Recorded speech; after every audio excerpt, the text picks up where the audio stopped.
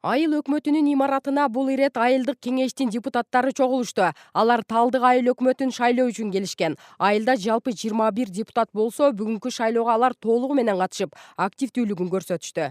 Талапкерди тандоодо баардыгы жаңылышпайт деп ойлойм. Ушу биз менен иштеше турган, эл менен элдин керегине жараган талапкерди тандайт деп ойлоп кетем. Катта Талдык айыл өкмөтүнө 2 талапкер ат салышты. Алдын ала жыйынтык боюнча мурдагы айыл өкмөтү 14 добуш менен алдыга суурулуп чыкты. Эми бул жыйынтык борбордук шайлоо комиссиясына жиберилип, 3 күн аралыгында шайланган айыл өкмөт башчы ишке киришет.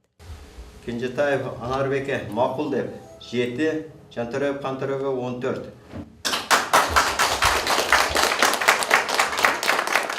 Жергиликтүү өз алдынча башкаруунун тартиптерине ылайык айыл өкмөтү айылдык кеңештин депутаттары гана шайлашат. Шайлоонун ачык айкын өтүүсүнү аймактык шайлоо комиссиясынын 10го жакын мүчөсү көзөмөлгө алууда. Анткени буга чейин Кара Суудагы Сабай айыл өкмөтүнүн шайлоодо район акими КСДП партиясынын мүчөсүн шайлайсыңар деген кысым көрсөтүлгөнү массалык маалымат каражаттары тарабынан айтылган. Ушу шайлоону таза өткөргөнгө, мыйзамдын чегинде өткөргөнгө мүчөлөр менен аракет кылып атабыз. Ошол жергиликтүү кеңеште кворум болуш керек.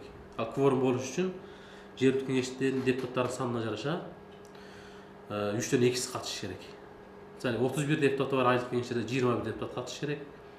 21 депутаты бар айылдык кеңештерде 14 депутат катышыш керек. Ал 11 депутаты бар айылдык кеңештерде 8 депутат катышса кворум болуп шайлоо өткөргөнгө мүмкүнчүлүк болот. Ош облусундагы жергиликтүү өз алдынча шайлоо жарыяны 20 январда башталган. Жалпы 70 айылдык аймактарда жана Өзгөн шаарында өткөрүлүшү керек. Бүгүнкү күндө Араван жана Карагулжа райондорунда жарыян толук аяктады. Эске салсак, Ош облусундагы шайлоо жарыяны 3 февралда толук аяктайт. Бегимай Асанова, Кымбатбек Абдисамат уулу, Ынтымак.